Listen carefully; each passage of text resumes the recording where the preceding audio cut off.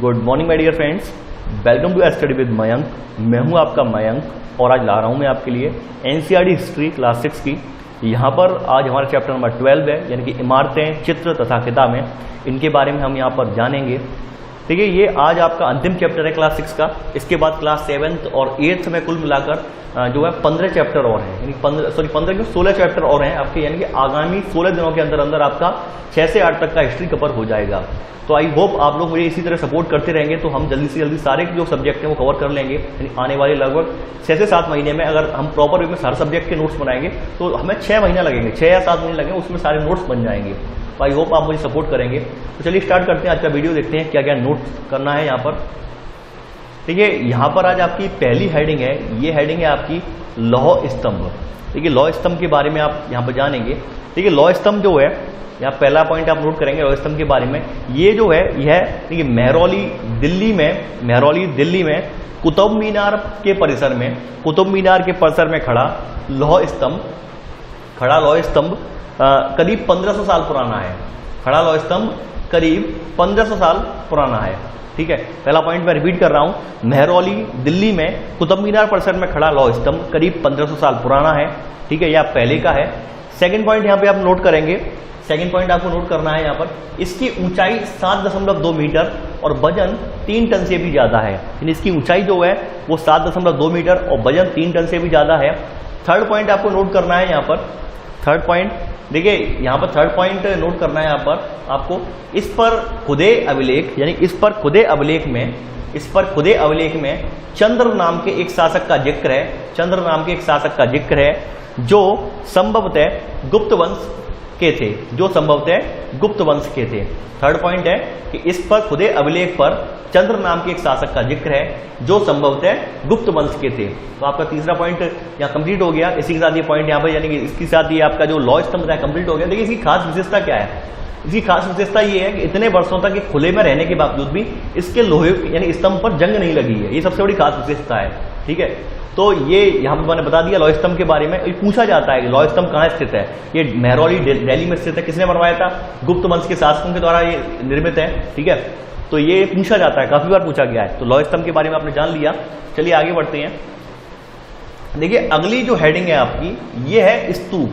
ठीक है, स्तूपों के बारे में आप वैसे तो फाइन आर्ट्स में पढ़ चुके हैं, स्तूपों के बारे में फाइन आर्ट्स में पढ़ चुके हैं, लेकिन यहाँ भी हम पढ़ेंगे। यहाँ पर पढ़ना बहुत जरूरी है, क्योंकि फाइन आर्ट्स वाली जो नोट्स हैं वो आई थिंक यूपीएससी के अलावा किसी अन्य अभ्यर्थी ने नहीं बनाए होंगे। यानी वो खास करके यूपीएससी अभ्यर्थियों के लिए ही थे, क्योंकि वो इतना किसी अन्य एग्जाम में उसका कंटेंट नहीं है। यानी कि स्टेट पीसीएस में तो कंटेंट है, बाद बाकी एग्जामों में इसका इतना रोल नहीं है। तो यूपीएससी वालों ने केवल बनाए थे, लेकिन यहाँ पर तो ये सभी लोग देख रहे हैं। आई होप यूपीएससी की भी देख रहे होंगे, कोई सबऑर्डिनेट एग्जाम जो देने जा रहे हैं उनके भी लोग वीडियो देख रहे होंगे। तो यहाँ पर हम स्तूप के बारे में पढ़ेंगे। तो अगली हेडिंग है स्तूप। ठीक है, स्तूप का जो शाब्दिक अर्थ है, इसका शाब्दिक अर्थ जो है वो टीला होता है। पहला पॉइंट आप लिखेंगे, शाब्दिक अर्थ टीला होता है। ठीक है, पहला पॉइंट शाब्दिक अर्थ टीला होता है। ये विभिन्न आकार के यानी विभिन्न आकार के थे, कभी गोल या लंबे तो कभी बड़े या छोटे। ठीक है, पहला पॉइंट है शाब्दिक अर्थ टीला होता है, कॉमा विभिन्न आकार के, कभी गोल या लंबे कभी बड़े या छोटे। ठीक है, सेकंड पॉइंट है यहाँ पर, सेकंड पॉइंट आप नोट करेंगे, प्रायः सभी स्तूपों के भीतर एक छोटा सा डिब्बा रखा रहता है, एक छोटा सा डिब्बा रखा होता है। इन डिब्बों में बुद्ध या उनके अनुयायियों के शरीर के अवशेष जैसे दांत, हड्डी या राख या उनके द्वारा प्रयुक्त कोई चीज या कोई कीमती पत्थर अथवा सिक्के रखे रहते हैं। ठीक है, यानी कि इसके अंदर जो है, इसके अंदर या तो बुद्ध के शरीर के कोई अवशेष या उनके अनुयायी के शरीर के कोई अवशेष या फिर उनके द्वारा कोई प्रयुक्त चीज ये रखी होती है। ठीक है, तो इस डिब्बे को क्या कहते हैं? इसे धातु मंजूषा कहते हैं। यानी कि इस डिब्बे को जो रखा जाता है, इस डिब्बे को कहते हैं धातु मंजूषा। मैं लिख दे रहा हूं, धातु मंजूषा। यानी कि आप इसे पूरा लाइन को कर लीजिए, इसे धातु मंजूषा कहते हैं। ठीक है, ये सेकंड पॉइंट है, प्रायः इस सभी स्तूपों के भीतर एक छोटा सा डिब्बा रखा रहता है। इन डिब्बों में बुद्ध या उनके अनुयायियों के शरीर के अवशेष जैसे दांत, हड्डी या राख या उनके द्वारा प्रयुक्त कोई चीज या कोई कीमती पत्थर अथवा सिक्के रखे रहते हैं। इसे धातु मंजूषा कहते हैं, इसे धातु मंजूषा कहते हैं। ठीक है, सेकंड पॉइंट यहाँ पे आप लिखेंगे, यानी सेकंड पॉइंट नहीं है, ये सेकंड पॉइंट का सब पॉइंट है, ये सेकंड पॉइंट का सब पॉइंट है।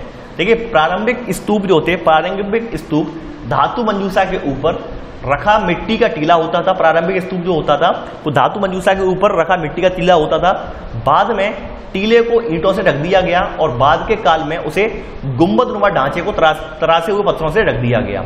ये यानी कि सेकंड का सब पॉइंट है, ये सेकंड का सब पॉइंट है आपका, ठीक है। यानी प्रारंभिक स्तूप जो होते धातु मंजूषा के ऊपर रखा मिट्टी का टीला होता था, बाद में टीलों को ईंटों से ढक दिया गया और बाद के काल में उसे गुंबदनुमा ढांचे को तरासे हुए पत्थरों से ढक दिया गया, ऐसे स्तूप बन गया ये, ठीक है। तो सेकंड का सब पॉइंट है यहाँ पर।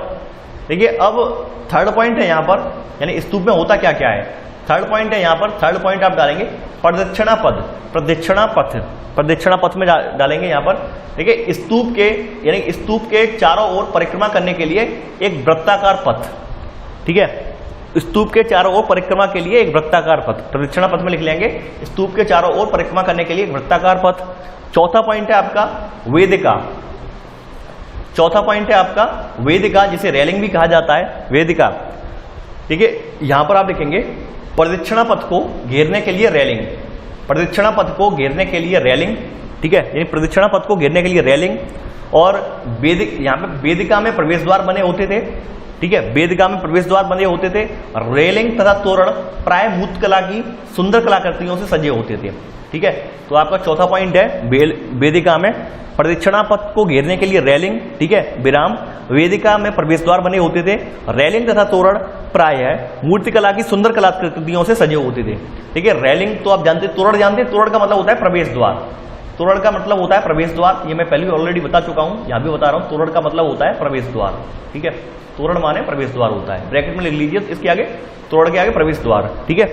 तो ये यहां पर जो है, जो यहां पर है ये कलाकृतियों से सजाए जाते थे उस समय, ठीक है। तो आपने एक चौथा पॉइंट यहां कवर कर लिया। अब चलिए आगे बढ़ते हैं। अब नोट डाल के कुछ बातें लिखेंगे नोट में, बहुत इंपॉर्टेंट बातें हैं नोट में, ठीक है। देखिए प्रारंभिक स्तूप जो थे, प्रारंभिक स्तूप जो थे वो ईंटों के, ठीक है, यानी प्रारंभिक स्तूप जो थे वो ईंटों के, यानी प्रारंभिक स्तूप ईंटों के, और संभवतः अशोक के जमाने, यानी संभवतः अशोक के जमाने में रेलिंग तथा प्रवेश द्वार जोड़े गए, ठीक है। अशोक के जमाने में रेलिंग तथा प्रवेश द्वार जोड़े गए, ठीक है। आप नोट करके लिखेंगे प्रारंभिक स्तूप ईंटों के, संभवतः अशोक के जमाने में रेलिंग और प्रवेश द्वार जोड़े गए, ठीक है। तो आप नोट के में पता चल जाएगा रेलिंग और प्रवेश द्वार जोड़ने का समय क्या था, अशोक के टाइम में जोड़े गए थे ये, ठीक है। अब अगली हेडिंग जो आपकी है, देखिए ये यहां पर अमरावती की बात हो रही है। अमरावती में करीब 2000 साल पहले एक स्तूप का निर्माण हुआ था, ठीक है, लेकिन अभी नहीं है, प्रेजेंट में उसके अवशेष हैं केवल स्तूप के, तो 2000 साल पहले हुआ करता था जहां, ठीक है। तो ये बाद में कुछ महत्वपूर्ण तिथियों में मैं लिखवा दूंगा, अभी यहां पे मत लिखिए, बाद में लिख लेंगे इसे। अब देखिए अगली जो हेडिंग है आपकी, ये अगली हेडिंग है मंदिर, यानी अगली हेडिंग जो है आपकी है मंदिर, मंदिरों के बारे में हम जानेंगे। अगली हेडिंग आप डाल लेंगे मंदिर।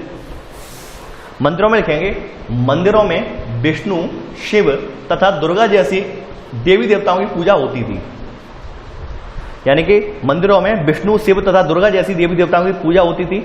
अब देखिए मंदिरों के पार्ट कौन कौन से होते हैं। पहला पार्ट है मंदिरों का, पहला सब पॉइंट आप डाल के लिखेंगे गर्भगृह, पहला इसका पार्ट जो है गर्भगृह। तो गर्भगृह में लिखेंगे यहां मुख्य देवी या देवता की मूर्ति को रखा जाता था, ठीक है, यानी कि यहां मुख्य देवी या देवता की मूर्ति को रखा जाता था और पुरोहित धार्मिक अनुष्ठान यहीं करते थे, पुरोहित धार्मिक अनुष्ठान करते थे, ठीक है। पहला पॉइंट है इसमें गर्भगृह, यहां मुख्य देवी देवता की मूर्ति रखी जाती थी, पुरोहित धार्मिक अनुष्ठान करते थे, ठीक है। सेकंड पॉइंट है आपका यहां पर, देखिए यहां पे सेकंड सब पॉइंट है यहां मंदिर में ही, ये है शिखर। सेकंड पॉइंट सब पॉइंट जो है ये शिखर के बारे में है, मंदिर के शिखर के बारे में, ठीक है। तो ये आप लिखेंगे इसमें गर्भगृहों के ऊपर, देखिए गर्भगृहों के ऊपर काफी ऊंचाई तक निर्माण किया जाता था, ठीक है, यानी गर्भगृहों के ऊपर, गर्भगृह के ऊपर काफी ऊंचाई तक किया गया निर्माण, ठीक है। तो आप लिख लीजिए शिखर में गर्भगृहों के ऊपर काफी ऊंचाई तक किया गया निर्माण, ठीक है। अब अगला सब पॉइंट है यहां पर,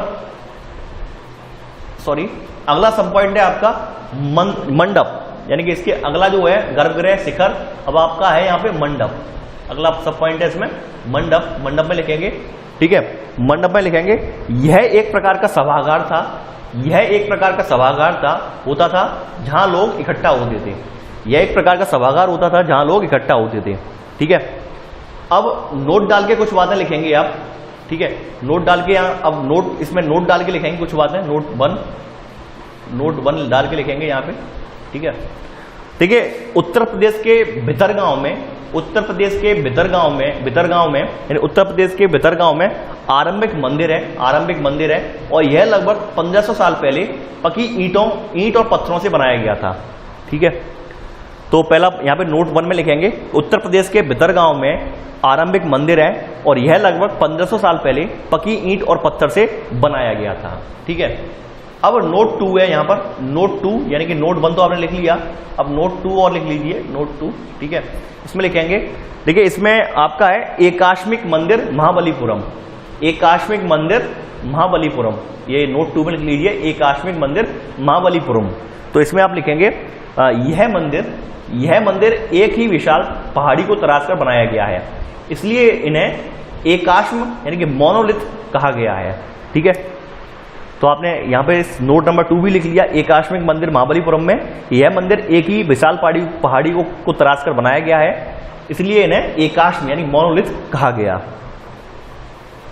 अगला जो है आपका मंदिर नोट 3 में, ये नोट 3 में आप लिखेंगे ऐहोल का दुर्गा मंदिर। नोट 3 में लिखेंगे ऐहोल का दुर्गा मंदिर। इसके आगे लिखेंगे यह लगभग 1400 साल पहले बनाया गया था। ये कितने साल पहले बनाया गया था? यह लगभग 1400 साल पहले बनाया गया था।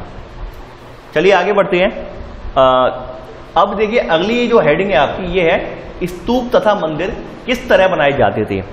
स्तूप तथा मंदिर किस तरह बनाए जाते थे। ठीक है, ये आप हेडिंग डाल लीजिए, स्तूप तथा मंदिर किस तरह बनाए जाते थे। ठीक है, देखिए पहला पॉइंट यहां आप लिखेंगे स्तूप तथा मंदिर में, स्तूपों तथा मंदिरों को बनाने की प्रक्रिया में कई अवस्थाएं आती थी। इसके लिए काफी धन खर्च होता था। ठीक है, इसलिए आमतौर पर राजा या रानी ही इन्हें बनवाने का निश्चय करते थे। ठीक है, आमतौर पर राजा या रानी ही बनवाने का इन्हें निश्चय करते थे। तो पहला पॉइंट आपने लिख लिया होगा। सेकंड पॉइंट है, देखिए इनकी जो सजावट होती थी, यानी कि इनकी सजावट के लिए, सेकंड पॉइंट में यहां पर देखिए, सेकंड पॉइंट, एक सेकंड, अगले पॉइंट में देखिए सेकंड पॉइंट आपका यहां पर है, यहां से स्टार्ट है। इनकी सजावट के लिए पैसे देने वालों में व्यापारी, कृषक, माला बनाने वाले, इत्र बनाने वाले, लोहार, सुनार, ठीक है, लोहार, सुनार तथा ऐसे कई स्त्री पुरुष शामिल थे जिनके नाम खम्भों, रेलिंगों तथा दीवारों पर खुदे हैं। ये सेकंड पॉइंट है आपका। इनकी सजावट के लिए पैसे देने वालों में व्यापारी, कृषक, माला बनाने वाले, इत्र बनाने वाले, लोहार, सुनार तथा ऐसे कई स्त्री पुरुष शामिल थे जिनके नाम खम्भों, रेलिंगों तथा दीवारों पर खुदे हैं। तो आपका स्तूप और मंदिर किस तरह बनवाए जाते थे आपको समझ में आ गया होगा। ठीक है, अब अगली हेडिंग है जो आपकी, ये है चित्रकला। इसमें लिखेंगे, देखिए चित्रकला में देखिए सैकड़ों साल पहले इसमें देखिए, इसमें चित्रकला में लिखेंगे सैकड़ों साल पहले बौद्ध भिक्षुओं के लिए विहार बनाए गए। ठीक है, यानी कि पहला पॉइंट है सैकड़ों साल पहले, पहला पॉइंट यहां पे लिखेंगे सैकड़ों साल पहले बौद्ध भिक्षुओं के लिए विहार बनाए गए। ठीक है, सेकंड पॉइंट है यहां पर, देखिए ये बिहार थे, ये बिहार या ज्यादातर जो थे, मैं बिहार यहाँ पूरी लाइन लिखवा रहा हूँ, समझा दे रहा हूँ। विहार जो बनाए जाते थे वो किसी पहाड़ी को काट कर बनाए जाते थे, यानी गुफा के रूप में बनाए जाते थे। यानी बिहार का मतलब क्या होता है, यहाँ पर ये आराम कर सकें, यानी कि वर्षा ऋतु में ये लोग आगे ठहर सकें, आराम कर सकें, ताकि जो है वर्षा ऋतु में इनकी जो साधना है उसमें कहीं ना कहीं साधना में रुकावट ना आए, इसलिए बनाए जाते थे। ठीक है, तो ये बिहार थे, तो इन बिहारों के अंदर चित्रकला की चित्रकारी की गई है। तो ये चित्रकारी कैसे की गई, उसके अंदर मसाल वगैरह जलाकर उन गुफाओं को उन्होंने जो था चमकदार रोशनी, यानी कि मसाल की रोशनी में इन्होंने वहां पर रंग भरे, वहां पर चित्रकला बनाई है। यानी कि जो उस समय कारीगर थे उन्होंने मसाल की रोशनी जलाकर इनकी जो बिहार वाली गुफाएं थी उनमें चित्रकारी की है। तो सेकंड पॉइंट यहाँ पे लिखेंगे आप। ठीक है, सेकंड पॉइंट आपको लिखना है, इन गुफाओं के अंदर अंधेरा होने की वजह से, ठीक है, इन गुफाओं के अंदर अंधेरा होने की वजह से अधिकांश चित्र मसालों की रोशनी में बनाए गए थे। अधिकांश चित्र मशालों की रोशनी में बनाए गए और ये रंग, यानी कि ये रंग मशालों की रोशनी में बनाए गए, ये रंग पौधों तथा खनिजों से बनाए गए थे। ठीक है, ये रंग पौधों तथा खनिजों से बनाए गए थे और 1500 साल बाद भी चमकदार हैं, और 1500 साल बाद भी चमकदार हैं। सेकंड पॉइंट आपने लिख लिया होगा कि इन गुफाओं के अंदर अंधेरा होने की वजह से अधिकांश चित्र मशालों की रोशनी में बनाए गए। ब्राह्म ये रंग पौधों तथा खनिजों से बनाए गए थे और 1500 साल बाद भी चमकदार हैं। अब देखिए इसी में सब पॉइंट करके लिखेंगे, यहां पर सब पॉइंट करके इसी में लिखेंगे कलाकार डैश अज्ञात, इन कलाकार अज्ञात हैं इनके, यानी सेकंड में ही सब पॉइंट करके लिखेंगे कलाकार अज्ञात हैं। अब देखिए अगली जो हेडिंग है, ये हेडिंग अगली आपकी डालेंगे आप, ये है पुस्तकों की रचना, यानी कि उस समय, सॉरी जगह नहीं है यहां पे लिख दे रहा हूं मैं, पुस्तकों की रचना ये आपकी हेडिंग है। कौन कौन सी पुस्तकें रची गई, यानी कौन कौन सी पुस्तकों की रचना हुई, ये पुस्तकों की रचना हेडिंग आपने डाली होगी। तो चलिए यहाँ पे पुस्तकों की रचना में पहला पॉइंट आप देखेंगे, पहली हेडिंग है, ये है शिलपद्यकारम, ठीक है, शिलपद्यकारम ये पहली हेडिंग है आपकी, यानी कि पुस्तकों की रचना में पहली पुस्तक है शिलपद्यकारम। तो यहां पर आप लिखेंगे शिलपद्यकारम में करीब 1800 साल पहले, करीब 1800 साल पहले इस तमिल महाकाव्य की रचना, इस तमिल महाकाव्य की रचना इलांगो नामक कवि ने की, ठीक है। फिर से रिपीट कर रहा हूं, इसमें देखिए शिलपद्यकारम में पहला पॉइंट है करीब 1800 साल पहले इस तमिल महाकाव्य की रचना इलांगो नामक कवि ने की थी, ठीक है। सेकंड पॉइंट है यहां पर इसी में सेकंड, यानी कि इसी में सेकंड पॉइंट है, सब पॉइंट है, यानी कि पहला तो आपका हेडिंग होगी शिलपद्यकारम पुस्तक जो है महाकाव्य, इसमें कोवलन नाम के एक व्यापारी, यानी कोवलन नाम के एक व्यापारी व उसकी पत्नी कन्नगी, इसमें कोवलन नाम के एक व्यापारी व उसकी पत्नी कन्नगी, ठीक है, एवं उसकी प्रेमिका माधवी की कहानी है, ठीक है। ये सेकंड सब पॉइंट है, इसमें कोवलन नाम के एक व्यापारी व उसकी पत्नी कन्नगी एवं उसकी प्रेमिका माधवी की कहानी है, ठीक है। तो चलिए आगे बढ़ते हैं। यहां पर सेकंड पॉइंट है आपका मणिमेखलई, देखिए सेकंड जो आपकी जो रचना है ये है मणिमेखलई, सेकंड रचना जो है मणिमेखलई। तो आप यहां लिखेंगे मणिमेखलई में यह, यानी यह तमिल महाकाव्य करीब 1400 साल पहले, करीब 1400 साल पहले सत्यनार द्वारा लिखा गया था। सत्यनार कोई कवि रहे होंगे उस समय, तो यह जो महाकाव्य है करीब 1400 साल पहले सत्यनार द्वारा लिखा गया, ठीक है। अब सेकंड, यानी कि इसमें सब पॉइंट, अगला सब पॉइंट है, इसमें कोवलन तथा माधवी की बेटी की कहानी है। इसमें कोवलन तथा जो उसकी जो प्रेमिका थी माधवी, तो उसकी बेटी की कहानी है इसमें मणिमेखलई में, ठीक है। यानी एक तरह से आप ये कह सकते हैं शिलपद्यकारम जो महाकाव्य था उसका इन्होंने अगला ग्रंथ, यानी उसका अगला भाग इन्होंने मणिमेखलई के नाम से बनाया, किसने, सत्यनारायण ने, ये आप कह सकते हैं।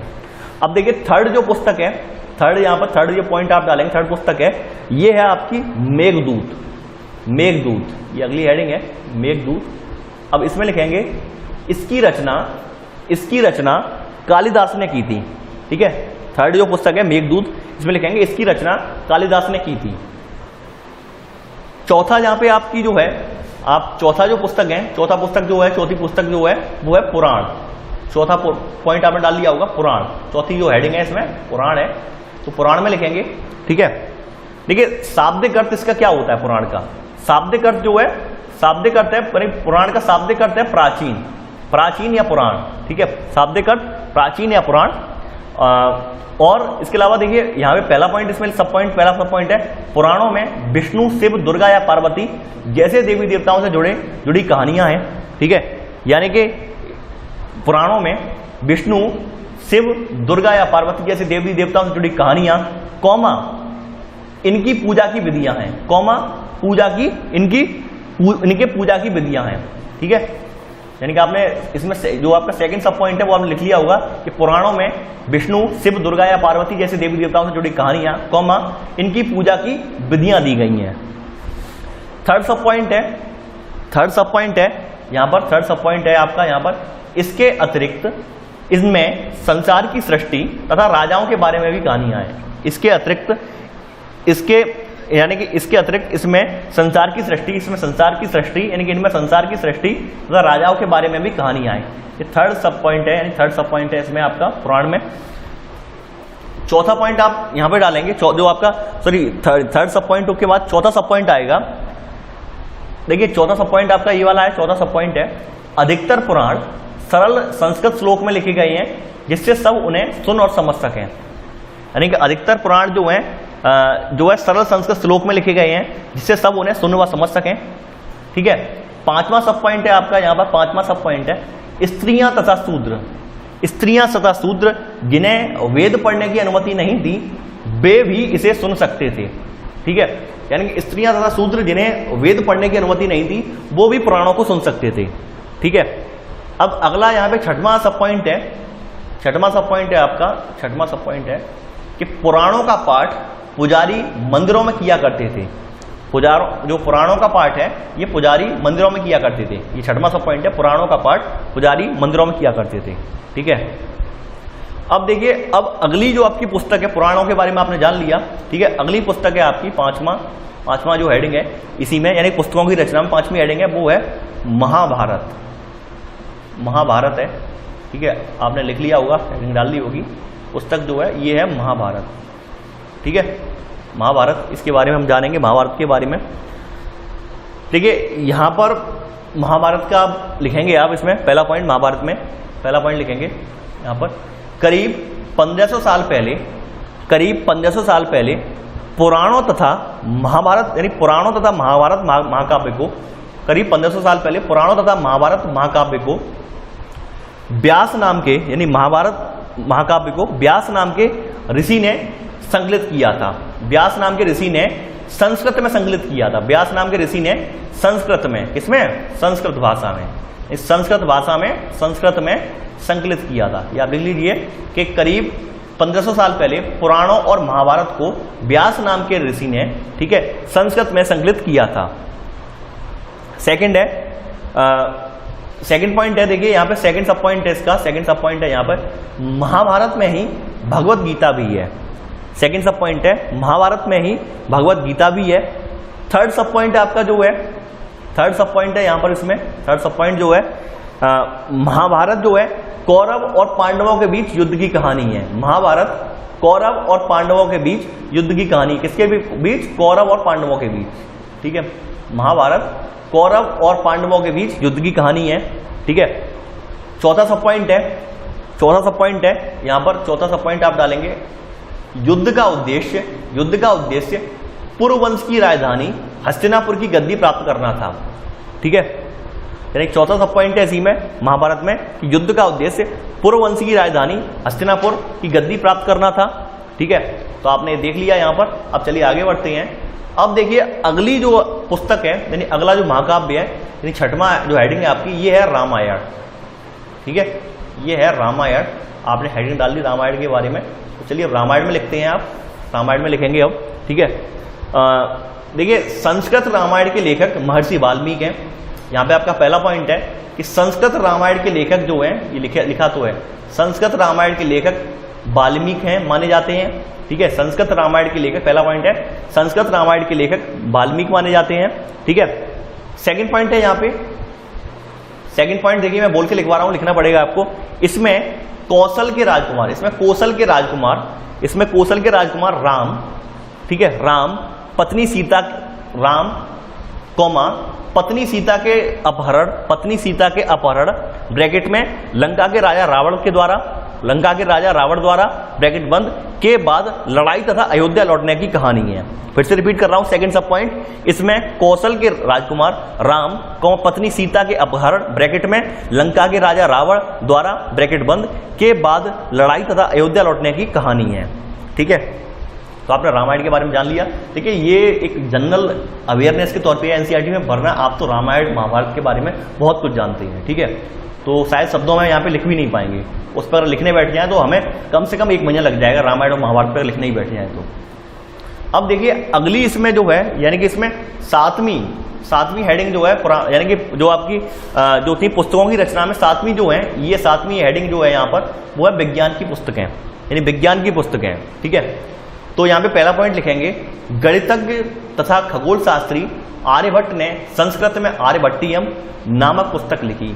ठीक है, पहला पॉइंट लिखेंगे यहाँ पर आपका कि गणितज्ञ तथा खगोल शास्त्री आर्यभट्ट ने संस्कृत में आर्यभट्टियम नामक पुस्तक लिखी। सेकंड है सेकंड सब पॉइंट यहां लिखेंगे, यहां पे सेकंड सब पॉइंट इसमें लिखेंगे। इसमें लिखा है कि दिन और रात पृथ्वी के अपनी धुरी पर चक्कर काटने की वजह से होते हैं। इसमें लिखा है कि दिन और रात पृथ्वी के अपनी धुरी पर चक्कर काटने की वजह से होते हैं। ग्रहण के बारे में वैज्ञानिक तर्क है, ग्रहण के बारे में ठीक है वैज्ञानिक तर्क, ग्रहण के बारे में वैज्ञानिक तर्क, ठीक है, कॉमा वृत्त की परिधि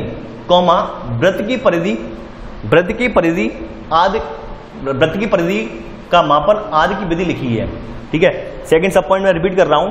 इसमें लिखा है दिन और रात पृथ्वी के अपनी धुरी पर चक्कर काटने की वजह से होते हैं। ठीक है, ग्रहण के बारे में वैज्ञानिक तर्क, कॉमा वृत्त की परिधि मापन की विधि आदि लिखी है। ठीक है, तो यहां पर आपकी विज्ञान की पुस्तकें भी कंप्लीट हो गई। ठीक है, अब चलिए अगली जो आपकी हेडिंग है, यानी कि ये लास्ट हेडिंग है, ये अन्यत्र, और अन्यत्र में क्या है, कागज। आज अन्यत्र में हम कागज के बारे में जानेंगे, कागज का आविष्कार कहां हुआ, कैसे कागज पूरी दुनिया में मिला। देखिए यहां पर आज आपको एक चीज और देखने को मिलेगी, एनसीईआरटी में ऐसा नहीं है एनसीईआरटी में गलती नहीं होती है, एनसीईआरटी में भी मिस्टेकें होती हैं, वो आज मैं आपको यहाँ पे प्रमाण दिखाऊंगा एनसीईआरटी में गलती का। देखिए अन्यत्र में कागज, देखिए कागज का आविष्कार जो था, पहला पॉइंट है यहाँ पे, कागज का आविष्कार करीब 1900 साल पहले काई लून नाम के व्यक्ति ने चीन में किया। कागज का आविष्कार करीब 1900 साल पहले काई लून नाम के व्यक्ति ने चीन में किया। देखिए अब यहां पर सेकंड पॉइंट पे आप ध्यान दीजिए, देखिए मैं पढ़ के बता रहा हूं, आपको लिखना नहीं है अभी। देखिए कागज बनाने की तकनीक को सदियों तक इन्होंने गुप्त रखा, जैसा कि आपको पता था कि जो चाइनीज लोग होते थे हर चीज गुप्त रखते थे, चाहे वो रेशम का आविष्कार हो, रेशमी वस्त्रों का हो, कुछ भी हो, सब कुछ की वही हिस्ट्री सेम है। ठीक है, और इसमें लिखा है करीब 1400 साल पहले यह कोरिया तक पहुंची। ठीक है, अब इसके अगले ही पल इसमें लिखा है करीब 1800 साल पहले यह बगदाद में पहुंची, यानी 1400 साल पहले कोरिया पहुंची और करीब 1800 साल पहले, मतलब क्या कहना चाह रहे हैं, कायदा तो ये कहता है कि 2000 साल पहले जब कागज का आविष्कार हुआ, 2000 साल पहले, ठीक है, तो उसके बाद 1800 पहले आएगा, ना कि 1400। ठीक है, उसके बाद 1800 आएगा, ना कि 1400, उसके बाद 1400 आएगा। लेकिन यहां उल्टा कर दिया गया है, यहां उल्टा कर दिया गया है, जिसकी वजह से क्या है कि मैं यहां पर ये जो पॉइंट है सेकंड वाला, ये यहां पे मैंने मिस करवा दी लाइन, ये मैं नहीं लिखवाऊंगा, कोरिया वाला पोर्शन यहां पे नहीं लिखवाऊंगा। ठीक है, क्योंकि इसमें खुद गलत आंकड़े दिए हैं यहां पर। तो यहां पे अब अगला यहां पे पॉइंट आप डालेंगे, सेकंड पॉइंट, सेकंड पॉइंट है करीब 1800 साल पहले यह बगदाद में पहुंची। ठीक है, करीब 1800 साल पहले यह बगदाद में पहुंची, फिर बगदाद से यह यूरोप, अफ्रीका और एशिया के अन्य भागों में फैली, यानी करीब 1800 साल पहले यह तकनीक बगदाद में पहुंची, फिर बगदाद से यह यूरोप, अफ्रीका और एशिया के अन्य भागों में फैली। ठीक है, थर्ड पॉइंट है यहां पर, इसमें थर्ड जो पॉइंट है इसका, ये वो आप लिखेंगे, इस यानी कि भारतीय उपमहाद्वीप में भी कागज की जानकारी बगदाद से हो गई। ठीक है, यानी कि भारतीय उपमहाद्वीप में जो कागज की जानकारी थी वो चाइना से नहीं आई थी, बल्कि बगदाद से आई थी। ठीक है, ये आप ध्यान रखिए, थर्ड पॉइंट है भारतीय उपमहाद्वीप में कागज की जानकारी बगदाद से हो आई। ठीक है, अब देखिए कुछ महत्वपूर्ण तिथियां हैं, तो चलिए कुछ महत्वपूर्ण तिथियां देख ले रहे हैं। एक बार में आप इसे वीडियो पॉज करके आप लिख लेंगे। स्तूप निर्माण की शुरुआत 2300 साल पहले हुई थी। अमरावती यानी 2000 साल पहले अमरावती स्तूप था। कालिदास की रचना जो थी मेघदूत, कालिदास ने 1600 साल पहले इसकी रचना की थी। ठीक है, कालिदास की रचनाएं जो थी 1600 साल पहले की गई थी। लौह स्तंभ, भितरगांव के मंदिर, अजंता की चित्रकारी, आर्यभट्ट, ये सब 1500 साल पहले रहे हैं। दुर्गा मंदिर जो एहोल का है वो 1400 साल पहले बना हुआ है। तो 5 पॉइंट है, 5 के 5वां पॉइंट आप महत्वपूर्ण तिथियों में आप लिख लीजिए। ठीक है, अब चलिए थोड़ा आगे बढ़ते हैं इसमें। आज ये चैप्टर खत्म नहीं हुआ है, बल्कि जो मैं एक बात आपको लगभग प्रीवियस 11 के चैप्टरों में बताई है, वही बात आज एनसीईआरटी ने भी यहाँ पे जस्टिफाई कर दी। दोस्तों आप सभी को पता होगा एनसीईआरटी जो है, यानी कि एनसीईआरटी जो है आपकी, ये भारत में जो है, यहाँ पर जो एनसीईआरटी का मतलब क्या है, national council of education research and training, यानी कि एजुकेशन में रिसर्च और ट्रेनिंग का काम करती है एनसीईआरटी। और एक बात और मैं आपको बताना चाहूंगा, आपको एनसीईआरटी जो भी पुस्तकें छापती है, देखिए एनसीईआरटी दो तरह की एनसीईआरटी होती हैं। ये जो एनसीईआरटी आप पढ़ रहे हैं ये सेंट्रल एनसीईआरटी है, सेंट्रल गवर्नमेंट की एनसीईआरटी है, ये सेंट्रल गवर्नमेंट की है। और विभिन्न स्टेटों में आप जो एनसीईआरटी पढ़ते हैं भैया, विभिन्न स्टेटों में जो एनसीईआरटी लगी हुई है वो स्टेट एनसीईआरटी होती है। स्टेट एनसीईआरटी को ज्यादा प्रमाणिक नहीं माना जाता है। क्यों नहीं माना जाता है? क्योंकि स्टेट एनसीईआरटी में वो लोग अपने राजनीतिक परिप्रेक्ष्य को देखकर वहां पर कंटेंट को ऐड करते हैं या घटा बढ़ा लेते हैं, जबकि सेंट्रल एनसीईआरटी जो है पूरे ऑल ओवर इंडिया के कंटेंट को कवर करती होती है। पहली बात यहां जान लीजिए, ठीक है। और सेंट्रल, अब मैं यहां पर इतिहास क्यों बता रहा हूं एनसीईआरटी का, रीजन अभी आप सब क्लियर हो जाएगा आपके माइंड में। देखिए सेंट्रल एनसीईआरटी का जो मूल उद्देश्य ये है कि जो भी तथ्य हो या आंकड़े हों उसके बिहाफ पर आप सुप्रीम कोर्ट में जा सकते हैं, पहली बात। यानी कि अगर आप कोई भी एग्जाम हो, चाहे वो यूपीएससी का एग्जाम हो, यानी यूपीएससी का एग्जाम हो, यानी किसी भी एग्जाम, यानी भारत के कोई भी वरिष्ठ जो एग्जाम हो रहे हैं, यानी कोई भी जो बड़े से बड़े एग्जाम हो रहे हैं, उसमें कोई तथ्य यानी कोई क्वेश्चन गलत है जबकि एनसीईआरटी में उसका उत्तर कुछ और दिया है, तो आप तत्काल हाई कोर्ट में जाएंगे और तत्काल एनसीईआरटी लगा देंगे। तो वो सबूत के तौर पर, क्योंकि ये सरकारी किताब है, एनसीईआरटी गवर्नमेंट का प्रकाशन है और गवर्नमेंट इस पर रिसर्च करके तब ये आंकड़े आपके सामने प्रस्तुत कर रही है, तो वो तुरंत वहां पे जस्टिफाई करके आपको न्याय प्रदान करेगा सुप्रीम कोर्ट या हाई कोर्ट। पहली बात तो ये समझ लीजिए, ठीक है। इसलिए एनसीईआरटी सबसे प्रामाणिक माना गया है, जबकि आपकी अदर राइटर्स की बुक है, आप इनके बिहाफ पर आप कोर्ट में इन्हें चैलेंज नहीं कर सकते हैं। यानी कोई क्वेश्चन आपको लग रहा है कि हाँ भाई ये एग्जाम में ये क्वेश्चन तो गलत है, अब हम हमारे पास रखिए कोई और किताब रखी है, अब हम उस किताब को लेकर कोर्ट में नहीं जा सकते हैं। सुप्रीम कोर्ट या हाई कोर्ट हो, वो आपकी गवर्नमेंट की एनसीईआरटी सेंट्रल एनसीईआरटी किताब को ही मानता है, ठीक है। तो देखिए अब यहां पर क्या था, मैंने जो प्रीवियस 11 चैप्टरों में मैं एक ही बात बार बार गला फाड़ फाड़ के चिल्ला रहा था कि तिथियों पर एक नजर, यहां पे अब इन्होंने जस्टिफाई क्या किया है। देखिए यहां पर इस किताब में क्या किया है इन लोगों ने, जैसे क्लास 6 का जो बच्चा होता है, यानी क्लास 6 का जो बच्चा होता है वो इतना ज्यादा फैक्चुअल इंफॉर्मेशन याद तो नहीं कर पाएगा। मान लो उसके सामने तिथि दे दी, यानी कि 1991, 92, कभी 1401 ऐसी तिथियां उसके सामने दे दी, तो वो याद नहीं कर पाएगा। तो इसके लिए इन्होंने क्या किया था, इन्होंने एक मानक बनाया कि 1600 साल पहले, 1400 साल पहले, इस तरह से इन्होंने तिथियां यहां पे दी क्लास 6 में, आपने पढ़ी भी है, ठीक है। 1600 साल पहले, 1400 साल पहले, तो इसमें क्या क्या किया इन्होंने यहाँ पे ईसा वाले टाइम को ऐड कर लिया था। इसमें इस किताब में इन्होंने ईसा वाले टाइम को ऐड करके वो तिथियां लिखी थी, ठीक है। यानी ईसा वाले टाइम को ऐड करके इन्होंने वो तिथियां लिखी थी। तो अब वो तिथियां कैसे लिखी थी, अब इन्होंने क्या किया है, अब यहां पर ईसा वाला टाइम हटा दिया है, तब इन्होंने वो तिथियां दिखाई, किस तरह से तिथियां होंगी अब, तो ये इस तरह से होंगी, ठीक है। देखिए जैसे कि पुरा पाषाण युग जो है, इसकी शुरुआत तिथियां यानी लाखों वर्ष पहले के रूप में लिखी गई हैं। मेहरगढ़ में कृषि तथा पशुपालन की शुरुआत लगभग 6000 ईसा पूर्व दी गई है। 6000 ईसा पूर्व, यानी कि ईसा का काल कितना है, 2000 साल का। हमने किताब में नोट किया था, वो हमने बताया था, वो ईसा को लगा के बताया था, यानी कि हमने वहां पे लगाया था 8000 साल पूर्व, हमने वहां पे लगाया था 8000 साल पूर्व। और मैं बार बार एक ही बात कह रहा था, अगर एग्जाम में कहीं आ जाए 6000 ईसा पूर्व तो गलत नहीं है वो, क्योंकि वहां पर ईसा वाला समय उन्होंने निकाल दिया है, वहां गलत नहीं है। आप गलत करके नहीं आना है, एनसीईआरटी भी यही बोल रहा है, गलत करके नहीं आना है, तो उसने अलग से यहां पे लिख दिया तिथियां ये, ठीक है। तो चाहे तो आप इसे नोट कर सकते हैं, अगर आप समझदार हैं या फिर आप ये सब डिफरेंस जानते हैं, जैसे मेरे माइंड में क्लियर है ये सब डिफरेंस, हो सकता है किसी स्टूडेंट के माइंड में क्लियर ना हो, जिसके माइंड में क्लियर ना हो वो आप नोट कर लें, यहाँ पर नोट करने में कोई दिक्कत नहीं है, और जिसके माइंड में क्लियर हो गए हो सॉरी। अब देखिए यहां पर तो आप ये मेहरगढ़ के बारे में जान गए, यानी ईसा पूर्व लगाएंगे तो हमारा 2000 साल यहाँ का टाइम जो घट जाएगा, ठीक है। इसी पर हड़प्पा के नगरों का विकास था, हमने पढ़ा था 4700 से 3900 साल पहले, 4700 से 39 साल के बीच में हुआ था। यहां पर उन्होंने 2000 साल का समय निकाल दिया, तो 2700 से 1900 ईसा पूर्व हो गया, ठीक है। ऋग्वेद की रचना का समय हमने पढ़ा था 3500 साल पहले, इन्होंने ईसा पूर्व यानी कि 2000 साल का टाइम निकाल दिया यहाँ पे, तो ये 1500 से 1000 ईसा पूर्व रह गया, ठीक है।